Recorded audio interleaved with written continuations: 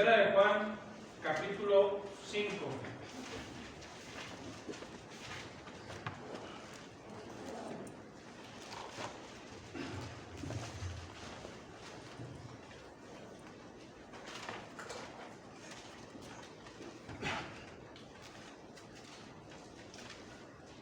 Y vamos a dar lectura, hermanos, del versículo 1 al versículo 5, primeramente.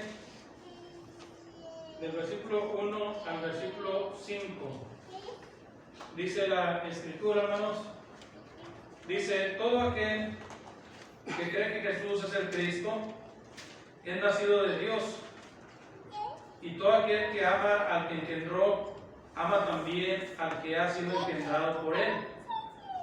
En esto conocemos que amamos a los hijos de Dios, cuando amamos a Dios y guardamos sus mandamientos.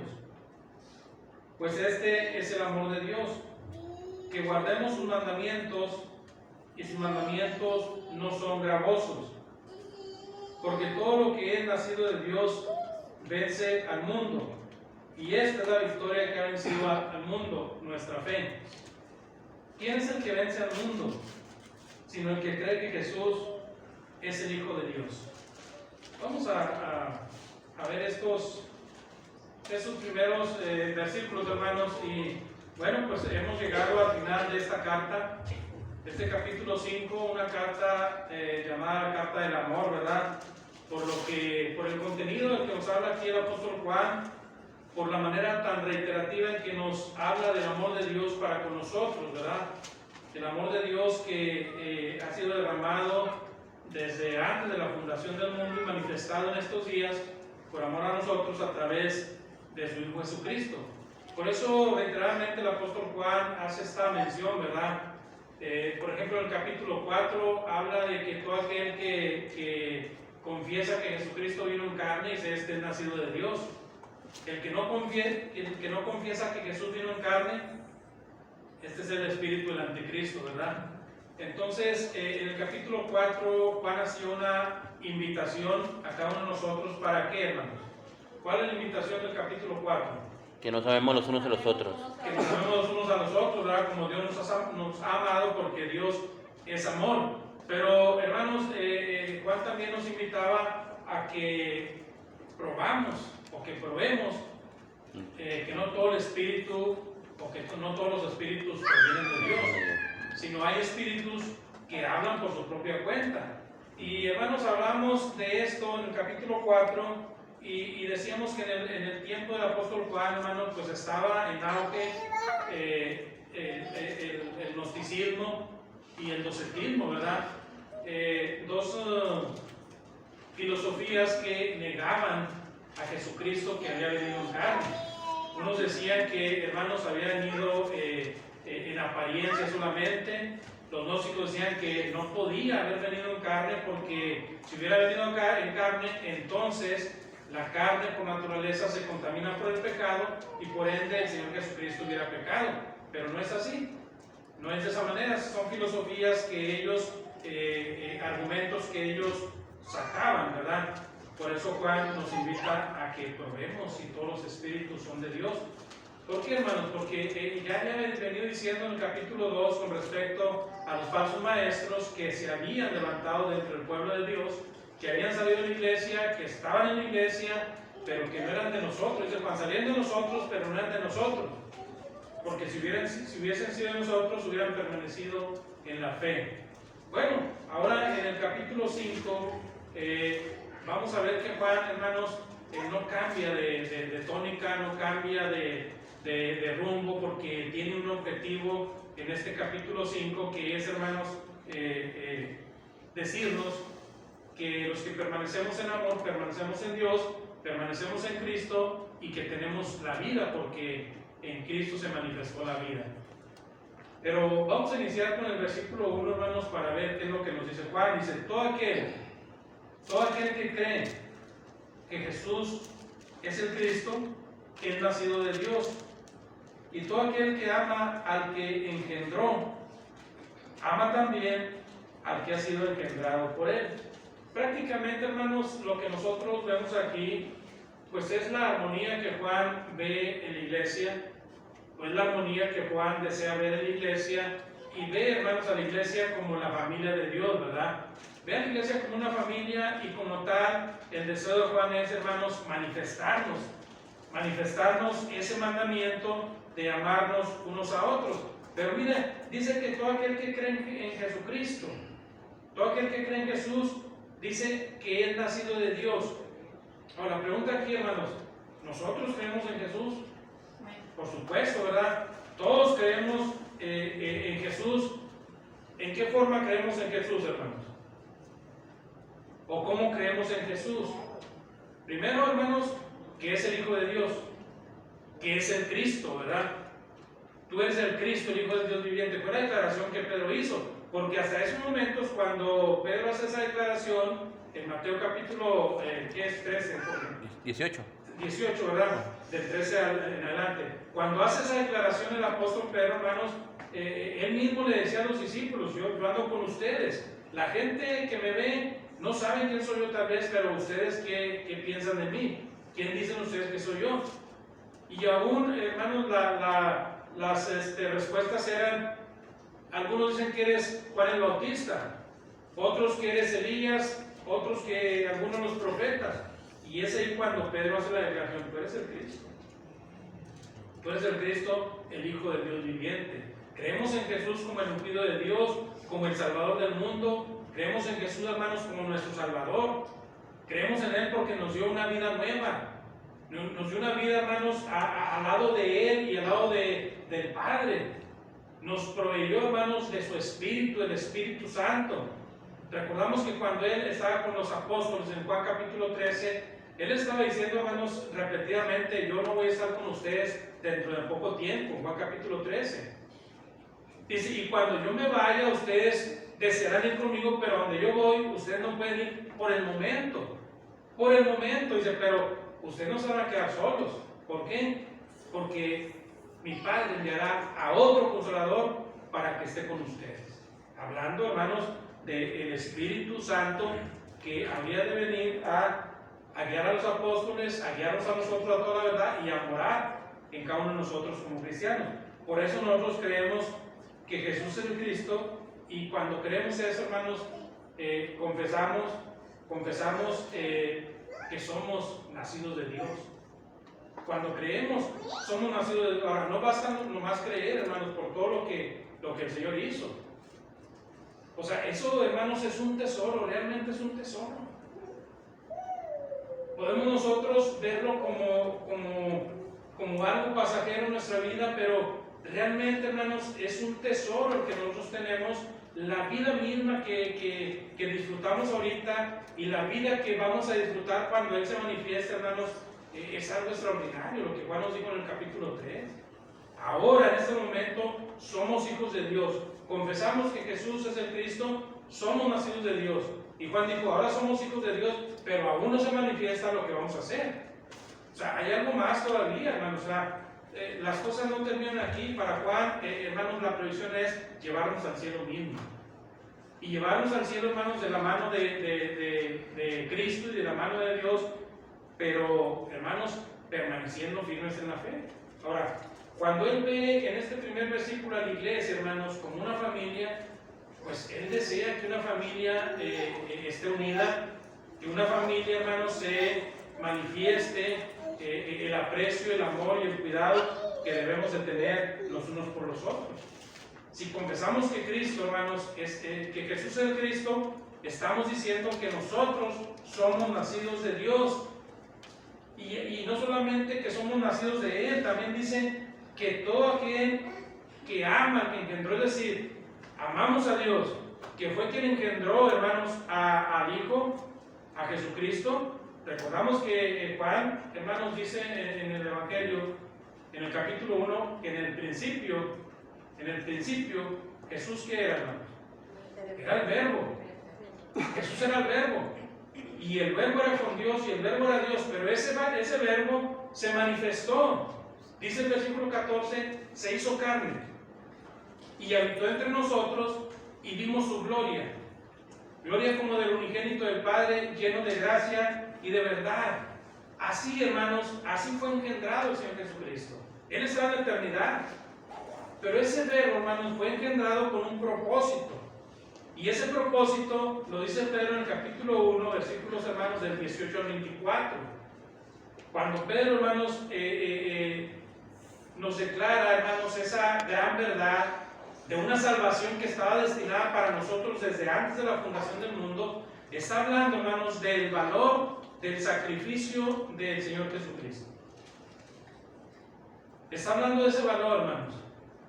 Y nos dice sabiendo, algo que nosotros debemos de saber es sabiendo que ustedes fueron rescatados de una vana manera de vivir, y no con cosas preciosas como el oro o la plata, sino con la sangre preciosa de Cristo, como de un cordero sin mancha y sin contaminación, preparado desde antes de la fundación del mundo y manifestado en los postreros tiempos o los postreros días por amor a nosotros.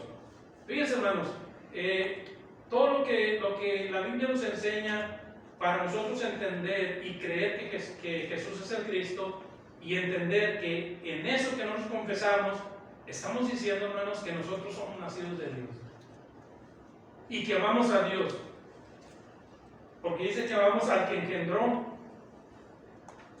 Versículo 1. Y todo aquel que ama al que engendró, es decir, el que ama a Dios, ¿qué más hace, hermanos? Ama también al que ha sido engendrado por Él. Es decir, a cada uno de los hermanos. A cada uno, hermanos. Es el amor entre nosotros. Somos la familia de Dios. Y también fuimos engendrados por Dios. ¿De qué manera fuimos engendrados por Dios? ¿Solamente porque creímos que Jesucristo o que Jesús era el Cristo? ¿Solamente por confesar literalmente eso, hermanos? No. Fíjense otra vez cómo Juan, hermanos, vamos a ver varios pasajes que maneja el apóstol Juan en el Evangelio relatado por él. Y en esto, hermanos, si queremos nosotros hablar un poquito más de cómo es que fuimos engendrados, pues vamos a hablar del nuevo nacimiento que nosotros tuvimos. Nosotros nacimos, hermanos, nacimos carnalmente, todos nacimos por primera vez, pero hubo un nuevo nacimiento, un nacimiento espiritual. Un nacimiento espiritual, y otra vez ese verbo, hermanos, que se manifestó para salvar al mundo, hermanos. Dijo Juan en el capítulo 1, versículos 11 y 12, dice, a los suyos vino, ¿verdad? A los suyos vino. Y cuando Juan dice que a los suyos vino, está refiriéndose, hermanos, a los judíos, al pueblo de Israel. Está refiriéndose, hermanos, a aquellos a que Dios primeramente los había puesto, hermanos, como un depósito de la ley, de su palabra, para que ellos siguieran una línea espiritual, hermanos, para guiarlos hasta Cristo. Bueno, Juan dice, a los suyos vino, pero los suyos no le recibieron. Los suyos no le recibieron. Mas los que le recibieron, Dios les dio potestad de ser hechos hijos de Él. Fíjese, Dios en su autoridad dijo, el que cree en mí, el que cree en mi Hijo, hablando del Señor Jesucristo, dice, ese es mi Hijo también. Ese es mi Hijo. Ahora, vamos a ver el Evangelio relatado por Juan, hermanos, en el capítulo 3. Juan, capítulo 3. Y vamos a ver ahí en el versículo 1 en adelante. Fíjense lo que dice la palabra. Juan, capítulo 3, versículos del 1 en adelante, dice: había un hombre de los fariseos que se llamaba Nicodemo, un principal entre los judíos. Este vino a Jesús de noche y le dijo: Rabí, sabemos que has venido de Dios como maestro, porque nadie puede hacer estas señales que tú haces si no está Dios con él. Respondiendo Jesús le dijo: de cierto te digo, que el que no naciere, fíjese bien, que el que no naciere de nuevo, no puede ver el reino de Dios.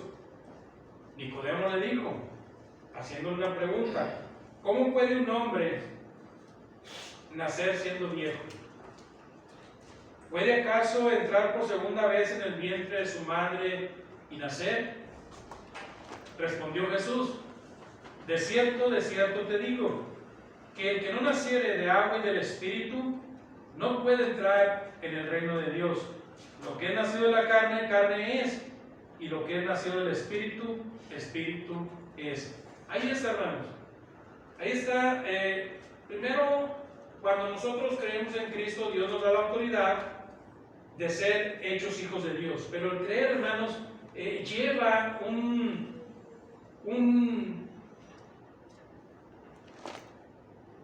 seguimiento, hermanos, en el cual nosotros al creer vamos a confesar, hermanos, vamos a declarar a Jesús como el Hijo de Dios, vamos a declarar como aquel que puede perdonarnos de nuestros pecados, aquel que nos puede dar una vida nueva y aquel que nos puede dar, hermanos, vida eterna.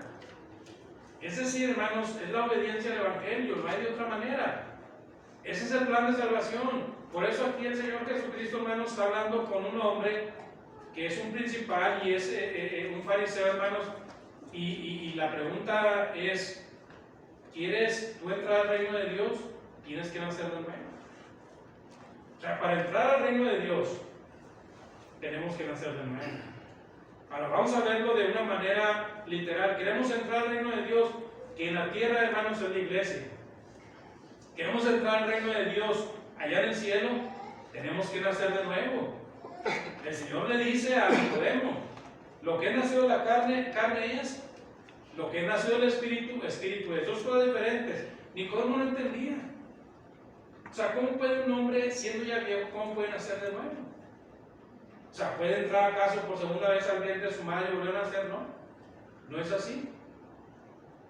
Sino, hermanos, es el nuevo nacimiento que nos enseña la Biblia, que es a través de la obediencia al Evangelio, que es a través, hermanos, de confesar a Jesús, de que Él puede perdonar sus pecados, de ser bautizados y, hermanos, renacer por medio del agua a una vida nueva, para la gloria de Dios.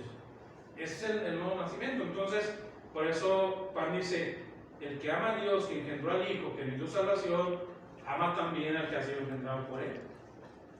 Todos nosotros fuimos engendrados por nuestro Dios. Todos nosotros, al igual que Jesucristo, somos hijos de Dios, hermanos, y tenemos un compromiso con nuestro Dios. Tenemos un compromiso con nuestro Dios. Ahora, queremos ver estas palabras de Juan, hermanos, puestas en práctica ya por el reino de Dios. ¿Qué dice la Biblia en Hechos capítulo 2, versículo 42 en adelante? Vamos a Hechos capítulo 2. Hechos capítulo 2. Ya lo sabemos, hermanos, pero fíjese las cosas que vamos a ver aquí. Versículo 42, bueno, desde el 41. Dice la Escritura, hermanos.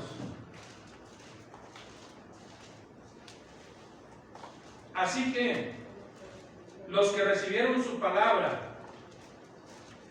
fueron bautizados y se añadieron aquel día como 3,000 personas y perseveraban en la doctrina de los apóstoles, en la comunión unos con otros, en el partimiento del pan y en las oraciones.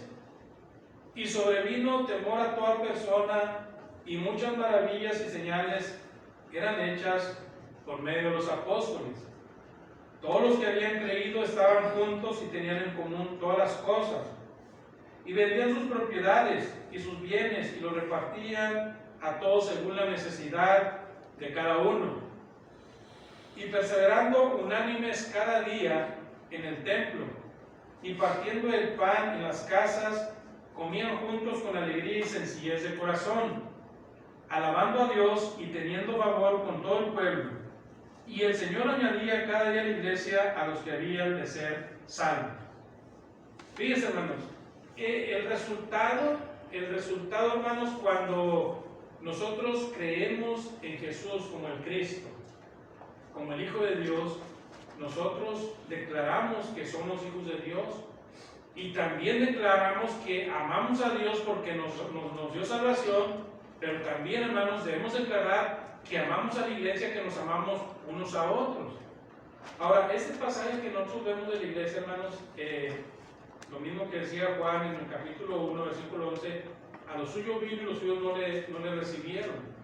¿Qué hicieron los judíos, hermanos, cuando Jesús vino a hablarles de que se arrepintieran? Porque el reino de Dios se había acercado. ¿Qué hacían los judíos, hermanos? Los judíos pedían señales. Incrédulos, no creían en la persona del Señor Jesucristo. Cuando Él se presentaba, hermanos, cuando entra ya en Mateo en el capítulo 21, cuando entra, hermanos, a Jerusalén, en aquel pollino, ¿qué hicieron los judíos, hermanos? Se burlaron de Él. Se burlaron de Él. ¿Por qué? Porque ellos esperaban a un emperador. Ellos esperaban, hermanos, a un rey poderoso, un rey de guerra. Ellos esperaban a un rey terrenal, hermanos, que les iba a librar de la opresión, hermanos, de los imperios, de las potencias. Pero no, hermanos, la entrada del Señor Jesucristo a Jerusalén fue un triunfo, hermanos. Y cuando Él entra por las calles de Jerusalén, hermanos, ¿qué es lo que dice?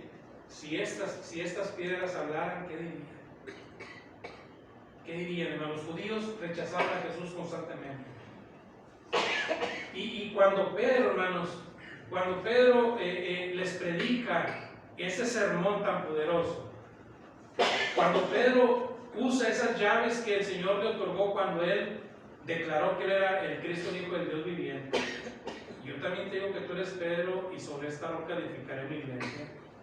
Y a ti te daré las llaves del reino, y todo lo que atares en la tierra será atado en los cielos, y todo lo que atares en la tierra será atado en los cielos.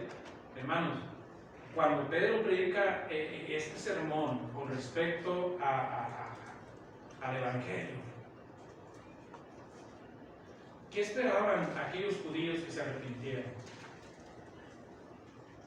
¿Qué hubiera hecho, hermanos, nuestro Dios con ellos si ellos entregaron a muerte al Señor Jesucristo? Si ellos levantaron la mano para dar su voto de consentimiento a que fuera la cruz. Seguramente que estos hombres, cuando escuchan a Pedro y les dice: ustedes mataron al autor de la vida, ustedes mataron a Cristo, al Hijo de Dios, pero Él le ha hecho Señor y Cristo, porque ha resucitado.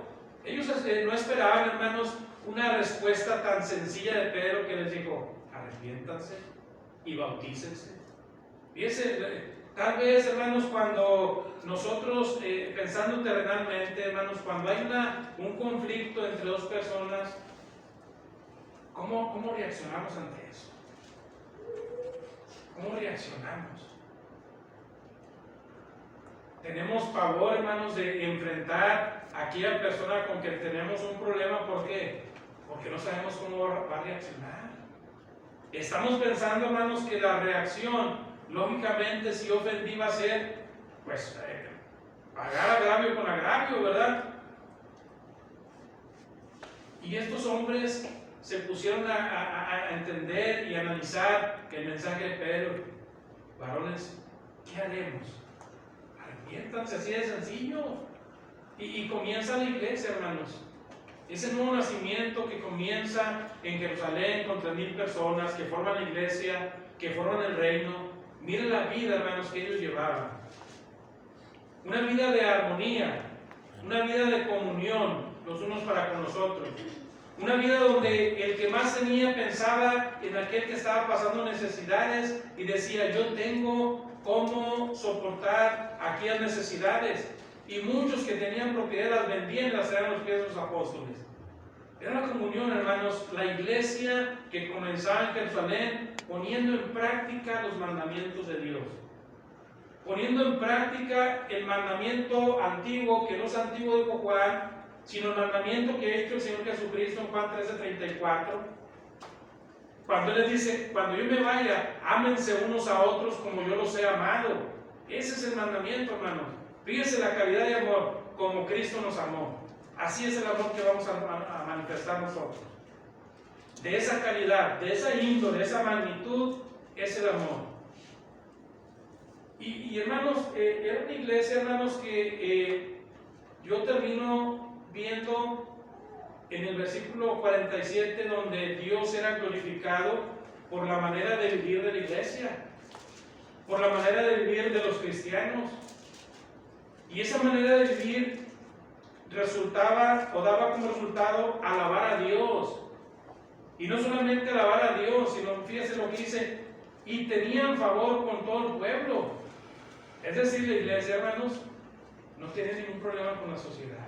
Claro, el imperio, hermanos, estaba oprimiendo a los cristianos, pero la sociedad que veía la calidad de vida de la iglesia, admiraba a la iglesia. Es más, esta sociedad amaba a la iglesia, porque dice que tenían favor con todo el pueblo, y por ese mismo, hermanos, el Señor añadía a cada iglesia a los que habían de ser salvos. Fíjense, hermanos, que cuando la gente, cuando la sociedad, cuando el inconverso ve una vida de calidad en la iglesia, vienen a la iglesia. Si nosotros tenemos ese impacto y tenemos favor, hermanos, en la sociedad, el Señor va a añadir cada día a la iglesia a los que deben de ser salvos. Era tanto, hermanos, la manera de vivir tan agradable en la iglesia, que dice ahí mismo en Hechos, en el capítulo 6, fíjese bien, Hechos capítulo 6. Dice, vamos a leer ahí unos versículos, dice, en aquellos días, como creciera el número de los discípulos, hubo murmuración de los griegos contra los hebreos, de que las viudas de aquellos eran desatendidas en la distribución diaria. Entonces, los 12 apóstoles convocaron a la multitud de los discípulos y dijeron, no es justo que nosotros dejemos la palabra de Dios para servir a las mesas. Buscad pues, hermanos, de entre vosotros a 7 varones de buen testimonio, llenos del Espíritu Santo y de sabiduría, a quienes encarguemos de este trabajo. Y nosotros persistiremos en la oración y en el ministerio de la palabra. Fíjense el versículo 5, dice, agradó la propuesta a toda la multitud y eligieron a Esteban. Y ahí menciona, hermanos, lo que fue pasando, los que fueron elegidos. Y el versículo 7 dice, y crecía la palabra del Señor y el número de los discípulos se multiplicaba grandemente en Jerusalén. También muchos de los sacerdotes obedecían a la fe. ¿Cómo sería, hermanos, esa armonía de la iglesia? ¿Cómo sería esa armonía de aquellos que creían que Jesús era el Cristo, que amaban a Dios y que amaban a la iglesia, hermanos, que aún en las inconformidades que pudiera haber, las propuestas que presentaban los apóstoles eran de agrado? Y dice que toda la multitud, hermanos, es decir, todos estaban de acuerdo. Eso quiere decir que aún, hermanos, en las pequeñas diferencias que puede haber, estaban, hermanos, atentos y dispuestos a formar parte de un buen seguimiento. Y Pedro dice que iban a elegir a 7 varones de buen testimonio. A lo mejor había más de 7, a lo mejor todos eran de buen testimonio, pero en este momento solamente se ocupaban 7 varones para que se les encargase de este trabajo, hermanos, de atender a la iglesia, de ver por la iglesia, porque como crecía el número, hermanos, de la congregación, con él crecían también muchas situaciones. Ahora, notemos aquí que no habla de problemas, pero habla de que había una confrontación de los griegos contra los hebreos, y eso no era bueno. Pero tanto griegos como hebreos, ¿qué hicieron? Bueno, estamos de acuerdo con ustedes. Estamos de acuerdo que ustedes sigan orando por la iglesia, que sigan trabajando, que sigan predicando, que Jerusalén siga siendo lleno de la palabra de Dios, que sea lleno de toda la doctrina. Dijeron los de Tesalónica, ¿verdad? Ya en Hechos 17. Esos que llenaron de toda la doctrina de Jerusalén ahora vienen acá a trastornar el mundo.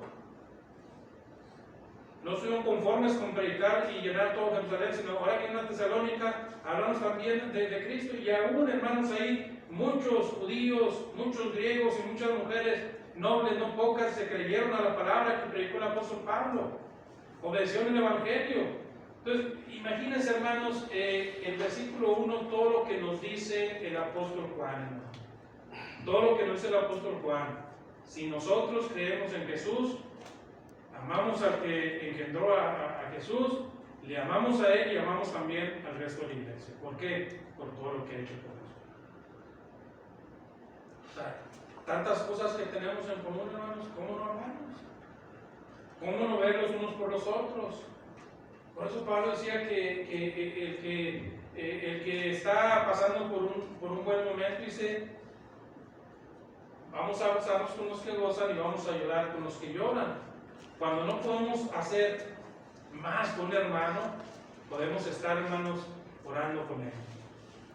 Podemos estar al lado de ellos, transmitiéndoles, hermanos, ese amor de parte de nuestro Dios. Muy bien, versículo 2. Versículo 2.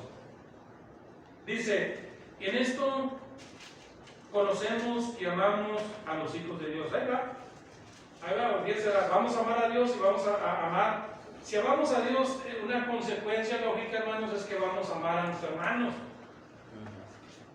Ahora, ¿cómo conocemos? ¿En qué? En esto conocemos, dice Juan, en esto conocemos que amamos a los hijos de Dios. ¿Cómo es conocido, hermanos, que amamos a los hijos de Dios? Hay dos formas que dice Juan. Primera, ¿cuál es, hermanos? Cuando amamos a Dios. Cuando amamos a Dios. Y segunda, hermano Tere, cuando guardamos sus mandamientos. Fíjense, dos maneras, hermanos. Dos maneras de manifestar que amamos a los hijos de Dios. Y fíjense que Juan, hermanos, nos aprieta el cinturón diciéndonos, ¿sí amas a tu hermano? Bueno, en esto se manifiesta, ama a Dios y guarda sus mandamientos. Hermanos, los mandamientos de Dios son algo extraordinario, hermanos, para nuestra vida espiritual. Es algo, hermanos, es como cuando nosotros compramos algún artefacto, compramos un abanico, qué sé yo, tantas cosas que hoy venden, hermanos, y que traen un manual de instrucciones, ¿verdad? Ese manual de instrucciones nos ayuda para armar aquel artefacto, aquel aparato, aquella cosa que usted compró. Una vez yo me puse a poner un abanico así allá en el rancho grande, hermanos, pero no seguí el manual. Lo primero que hace muchas veces uno es agarrar el manual y echarlo a la basura. ¿Por qué? ¿Cómo voy a saber armar esto? Pues ya puse el abanico, hermanos. Y a sudar, ¿por qué? Porque el abanico entraba el aire para arriba. Porque no leí el manual, hermanos. Tuve que cambiar, sí, ¿no? Y aparte trae un botón ahí arriba para cambiarle de reversa al drive, ¿verdad? Entonces, hermanos, los mandamientos de Dios son como un manual en nuestra vida que nos van diciendo paso por paso qué es lo que debemos nosotros hacer. Sin los mandamientos de Dios, hermanos, ¿cómo vamos a amar a Dios? ¿Cómo vamos a saber qué le vamos a ofrecer a nuestro Dios si sus mandamientos nos están diciendo, hermanos, cómo debemos amar a Dios? Entonces, las dos maneras en que nos vamos a mostrar el amor a los hijos de Dios es amar a Dios primero y guardar también sus mandamientos. Y guardarlos, hermanos, significa que nosotros vamos a analizar cada uno de los mandamientos de Dios y los vamos a poner en práctica. Los vamos a poner en práctica. Fíjese, versículo 3 dice, pues este es el amor de Dios. Ese es el amor de Dios, que guardemos sus mandamientos. No necesitamos decir, yo amo a Dios. Dios nos va a decir, tú me amas porque estás guardando mis mandamientos. Pero si no guardas mis mandamientos, ¿cómo puedes decirme que me amas? ¿Cómo puedes decirme eso? Ese es el amor de Dios, que guardemos sus mandamientos. ¿Y qué más dice la parte segunda de ese verso, hermanos? No son gravosos. Y sus mandamientos no son gravosos. Sus mandamientos no son gravosos.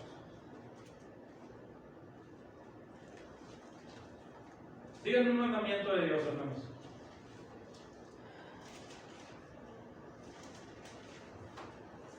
Un mandamiento de Dios. Directo o indirecto, como usted lo quiera ver. El primero, amarás a Dios sobre todas las cosas. Amarás al Señor tu Dios sobre todas las cosas. No como aquellos que compraron una yunta de bueyes, aquel que compró una hacienda y cuando el Señor le dice, ven y sígueme, que no, deja primero que vaya y pruebe esta yunta. Deja primero que entierre a mi padre. O sea, ahí no está nuestro Señor en primer lugar. Otro mandamiento, hermano. No matarás. No hurtarás. No hurtarás. Ya se fueron hasta el Antiguo Testamento. ¿Ah? Amarás al Señor tu Dios como a ti mismo. Mateo capítulo 28, 18 al 20. Y predicar el Evangelio es un mandamiento directo. Amarnos unos a otros es un mandamiento directo. No dejar de congregarnos es un mandamiento indirecto, pero es un mandamiento de Dios. Podemos, hermanos, ver muchos mandamientos y realmente, hermanos, cuando Juan dice, y los mandamientos de Dios no son gravosos, entonces, ¿por qué los agravamos? El asunto es ese, hermano, no son gravosos, pero yo agravo el mandamiento de Dios. ¿Cómo agravo el mandamiento de Dios? Cuando no lo cumplo, hermanos. Si hay un mandamiento de Dios directo que dice, vayan y prediquen el Evangelio, y yo no voy y lo hago, y pongo mis argumentos, y falta de organización, que debería ser una iglesia en la tarde, hermanos, cuando los mandamientos de Dios están ahí es para cumplirlos. Y Juan dice, no son gravosos, hermanos. ¿Cómo va a ser gravoso venir a reunirme? No es gravoso, a lo mejor no tengo en qué moverme. Porque ya nos habituamos, hermanos, a que traemos un coche y venimos a la reunión. Y si mi coche no funciona, no vengo porque no cargo mi carro. Fíjense que, hermanos, los mandamientos de Dios no están sujetos a lo que tenga yo en mi círculo, sino los mandamientos de Dios están sujetos, hermanos, a la intención del corazón y de nuestra mente. Por eso el escritor de los Hebreos dijo que quería poner sus leyes, sus mandamientos, ¿dónde? Pondré mis leyes y mis mandamientos en sus mentes y en los corazones las voy a escribir, para que no se les olviden. Entonces, hermanos, los mandamientos de Dios no son gravosos. No son gravosos. Yo los hago gravosos. Y fíjense que toda la carta Juan está hablando del amor, de amarnos unos a otros. ¿Por qué? Porque ese es el amor de Dios. Es el mandamiento del Señor Jesucristo. Entonces sí nos amamos como iglesia, pero tal vez, hermanos, no los voy a juzgar. No los voy a juzgar, tampoco me juzgue usted, pero tal vez a veces amamos, pero hay cierta reserva en mi corazón. Y esa cierta reserva en mi corazón no permite, hermanos, que yo manifieste que soy hijo de Dios y que ama a Dios si su mandamiento no está puesto en práctica en pleno. Muy bien. ¿Algún otro comentario, hermanos, hasta aquí? Solamente, hermano, Sí. en el versículo que usted analizaba ahí, el versículo 2, nos damos cuenta que no podemos hacer una cosa y dejar de hacer la otra. Es decir, no puedo decir que amo a mi hermano y no amo a Dios, o al revés, decir amo a Dios y no amo a mi hermano, o decir que amo a Dios pero no guardo sus mandamientos, porque recordemos que la iglesia, hermano, es el cuerpo de Cristo. Entonces el decir que amo a Dios automáticamente me lleva a amar a mi hermano, y si yo amo a Dios, lo tengo que demostrar, como usted bien lo decía, hermano, a través de la obediencia, ¿verdad? Entonces, en ese sentido, nosotros también tenemos que considerar esa parte, por lo que usted decía en el versículo 3, si los mandamientos no son gravosos, ¿por qué yo los hago gravosos? O sea, si el Señor de antemano en la carta a los Efesios dice que Dios preparó ese camino para que andemos por él, o sea, Dios ya lo dejó claro, o sea, es para que sigamos la línea, y es una línea recta, sencilla, no tiene curvas, no tiene salidas, atajos, es derechita. Entonces, ¿por qué los hacemos gravosos? Y la verdad es que los hacemos gravosos porque no nos queremos ajustar, aunque, otra vez, no estoy dudando del amor que le tengamos a Dios. Lo que estoy diciendo es que muchas veces sí lo amamos, pero a veces sí ponemos esas trabas nosotros mismos. O sea, Dios no las pone, nosotros mismos las ponemos, porque usted decía, y yo siempre que hablo de los mandamientos, Dios siempre me gusta poner el ejemplo de Hebreos 10, porque digo, ¿qué tan complicado me puede ser reunirme? Entonces, si reunirme ya me cuesta trabajo, pues entonces no podamos pedir santificarnos, consagrarnos, porque pues digo, otra vez, desde mi perspectiva, creo que es muy sencillo venir a reunirte y no lo hago, pues no menos espero hacer lo otro, ¿me entiendes? Claro. Ahora, el Señor, la Biblia nos dice, el pasaje que estás tú usando, así como Dios preparó desde antes de la fundación del mundo ese cordero sin mancha y contaminación, y lo manifestó en esos postreros días por amor a nosotros, también dijo ahí que esas buenas obras Dios las preparó de antemano para que su pueblo anduviera en ellas. O sea, fíjense que Dios nos ha provisto de todo. Si hablamos de 1 Pedro, 2 Pedro, capítulo 1, dice que todas las cosas que pertenecen a la vida y la piedad nos fueron dadas. Habla, hermanos, de las cosas que necesitamos en este mundo. Y cuando habla, hermanos, de la piedad, habla de sus mandamientos, habla de conocer a Dios, habla de conocer su palabra, de entender su palabra, para poder nosotros ponerlas por obra en nuestras vidas. Amén. ¿Verdad? Ahora, fíjense, cuando hablamos, ahorita decía yo, ya se me van hasta el Antiguo Testamento, no matarás, no hurtarás. Bueno, ¿qué le dijo el Señor Jesucristo a los judíos de su tiempo? Por ejemplo, en Mateo capítulo 23. Ustedes les ponen cargas tan pesadas a los judíos que ni nuestros padres pudieron llevar, cargas pesadas.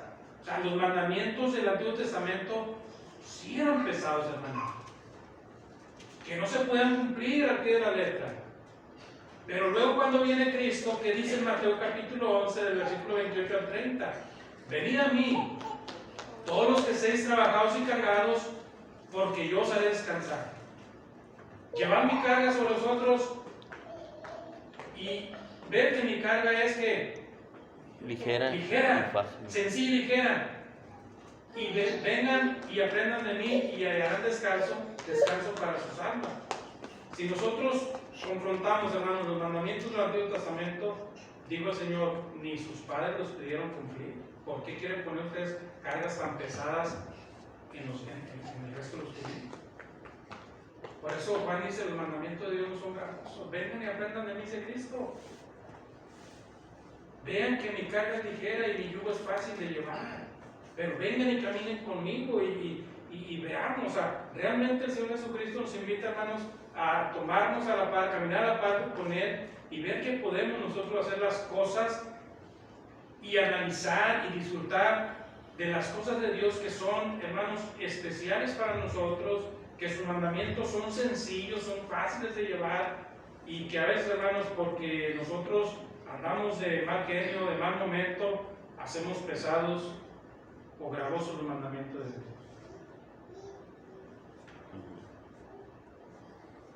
Muy bien, vamos a el siguiente versículo. Versículo 4. Dice, porque todo lo que es nacido de Dios, incluidos cada uno de nosotros, ¿qué hace, hermanos? Habla de la iglesia, habla de nosotros, hermanos. ¿Qué hacemos todos los que hemos sido nacidos de Dios? Vencemos al mundo. En otras palabras, Juan nos está diciendo, y podemos nosotros contemplar la situación de Juan, hermanos. Podemos contemplar a Juan hablando de un mandamiento del amor cuando él está próximo, hermanos, a morir. Cuando no es fácil la situación que Juan está enfrentando. Y hermanos, dice Juan que todo el que es nacido de Dios vence al mundo. Vence al mundo. Y esta es la victoria que ha vencido al mundo. ¿Cuál es la victoria? Entonces, la invitación de Juan, hermanos, es una vida llena de amor, una vida en armonía y una vida en fidelidad a nuestro Dios para vencer el mundo.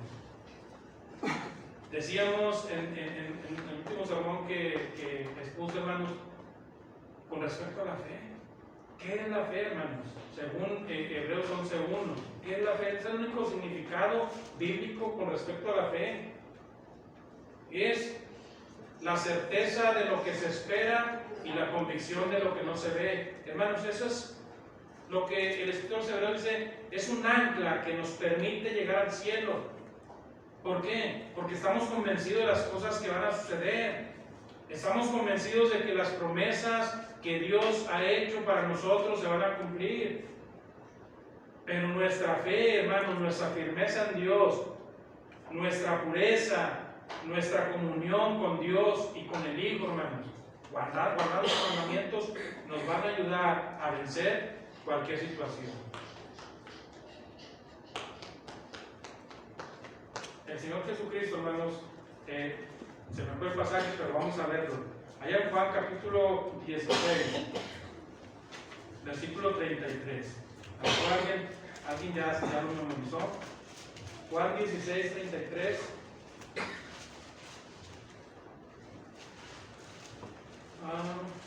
Sí.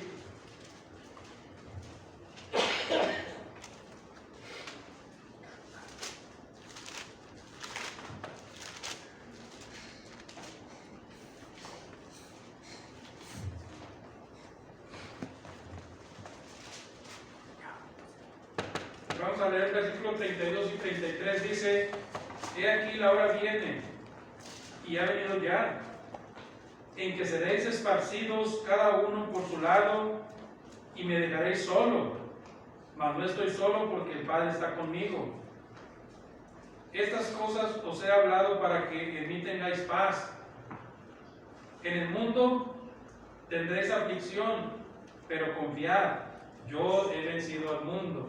Fíjense, hermanos, la seguridad, la certeza. Por eso cuando hablamos del significado de la fe, hablamos de cosas, hermanos, que no son tangibles, que no podemos ver, que no podemos tocar, pero que ahí están. O sea, realmente les estoy diciendo, esas cosas que no ves, esas cosas que no puedes tocar, ahí están. Solamente no hay que quitar nuestra mirada del galardón. Moisés se sostenía, hermanos, como viendo al invisible. Abraham, hermanos, salió de una ciudad de la antigua Babilonia, de Ur de los Caldeos, hermanos, a la tierra de Canaán. Y estando en tierra de Canaán, hermanos, Abraham vivía en tiendas de campaña, y Abraham dijo: yo estoy en una ciudad mucho mejor. No estaba pensando en Canaán, dice, estoy pensando en una ciudad cuyo arquitecto y constructor es Dios. Eso es lo que había en la mente de Abraham. Eso es fe, eso es convicción. Y el Señor Jesucristo le dice a los apóstoles: un poco de tiempo, yo ya no voy a estar con ustedes. Y va a llegar un momento en que van a ser esparcidos por todos lados, van a ser perseguidos, encarcelados, azotados. Y estas cosas se las digo para que no ignoren.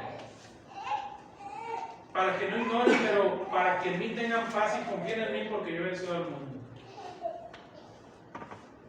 Si lo interpretamos de otra manera, Cristo dice: si ustedes permanecen en mí y mi palabra permanece con ustedes, nada les va a poder hacer caer, nada les va a poder derribar, porque están depositando su confianza en mí. Entonces, hermanos, todos nosotros debemos depositar nuestra confianza, mostrar nuestra fe, nuestra convicción a Dios, y todo lo que en este mundo sucede, hermanos, no lo detenemos. Hay algo mejor para usted y hay algo mejor para mí. Vamos a tener algunas dificultades, sí, de muchas índoles. Unos ya las están teniendo, otros ya las pasaron, otros apenas empiezan, y no salimos de unas y vienen otras, hermanos, pero son situaciones normales. Son situaciones normales que vamos a sobrellevar. Pero dijo: no se sorprendan. No se sorprendan de lo que pase en sus vidas como si alguna cosa extraña les estuviera pasando. Son pruebas que purifican nuestra fe, nuestra confianza en Dios. Versículo 5, hermanos. Hay una pregunta ahora del apóstol Juan. Hay una pregunta y dice: ¿quién es el que vence al mundo? Os digo que esta es la victoria de nuestra fe. ¿Quién es el que vence al mundo? Sino el que cree que Jesús es el Hijo de Dios.